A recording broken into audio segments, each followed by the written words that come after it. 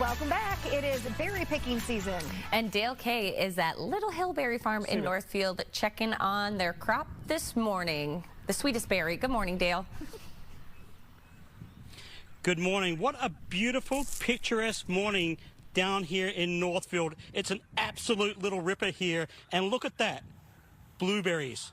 Oh my goodness. There is nothing juicier or sweeter than blueberries. And of course, strawberry season, kind of at the tail end of that, kind of waiting down on strawberry season. And we got a story about that. But to tell us all about berry picking in Minnesota, because not only is it just a beautiful day in Minnesota, the only thing that would make it better would be to berry pick. Joining me this morning is Aaron Wills, who is Little Hill Berry Farm. Tell me a little bit about the farm, how long you've been here. Yeah, hi. So it's owned by my wife, Molly, and I. We've been here a little over 10 years. We grow organic berries, mainly blueberries, strawberries, and raspberries. And we're in the middle of this beautiful blueberry patch. How many blueberry bushes do you have, or how many acres of berries? Yeah, so we have 5 acres. It's about 5,000 plants. We have a whole bunch of different varieties. So we're about to start picking next week. We'll be open, but we have blueberries basically all through July and into August. And we're looking at the variety Polaris, correct? Yep, that's right. Yep. And there's one. What's the variety that you grow that's going to be the size of a quarter?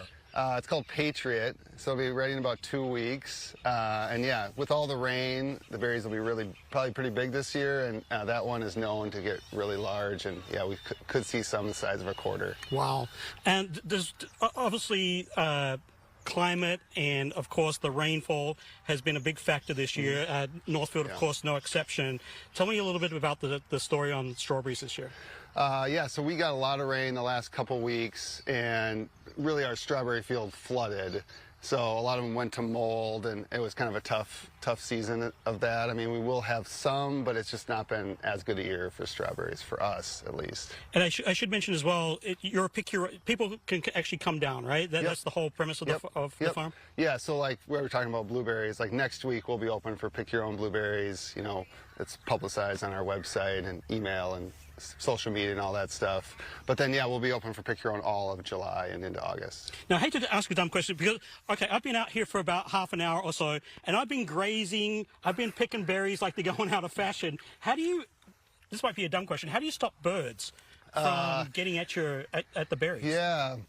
Well, so if you have berries at home, you know that birds love berries. And so we actually use like bird calls, like bird distress calls. Like, so we have speakers, essentially we're piping in bird noise to keep birds away. Oh, wow. And for the folks at home that want to firstly grow blueberries, what are some good home varieties, or what varieties would you recommend? Sure. So University of Minnesota actually has developed some blueberry varieties for Minnesota. So Polaris, the one that you see here today, North Blue is another one, and Superior. So they have very Minnesota names.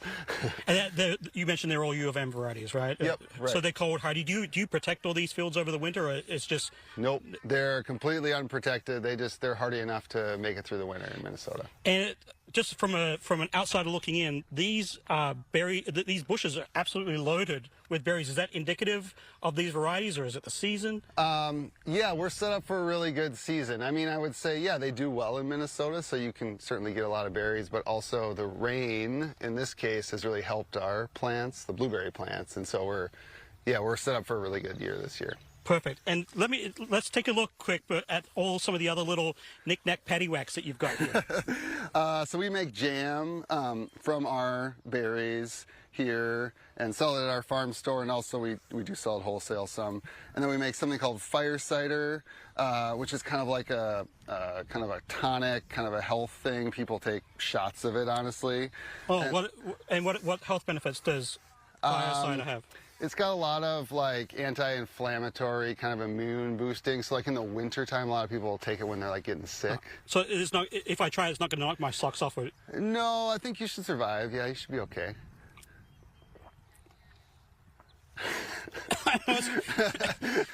Is it vinegar? It's based in vinegar. Yeah, right. Okay. Right. Yeah, right. It's almost like a packet of salt and vinegar chips without the chip.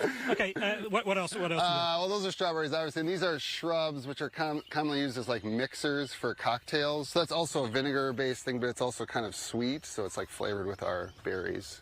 Okay, well, seeing as I had right. a crack at one, That should be a little less harsh. Oh yeah, that's almost like if it was, you could put that in like soda water. Yep, exactly. So, okay, perfect, yep, exactly. perfect. Yep. Okay, so strawberry season done here. Blueberry season, you'll be in prime in about a week or so. Yep. With some sunshine. You do kids camps as well. Yep. There's a whole gaggle of kids learning about. What do you teach them really quick?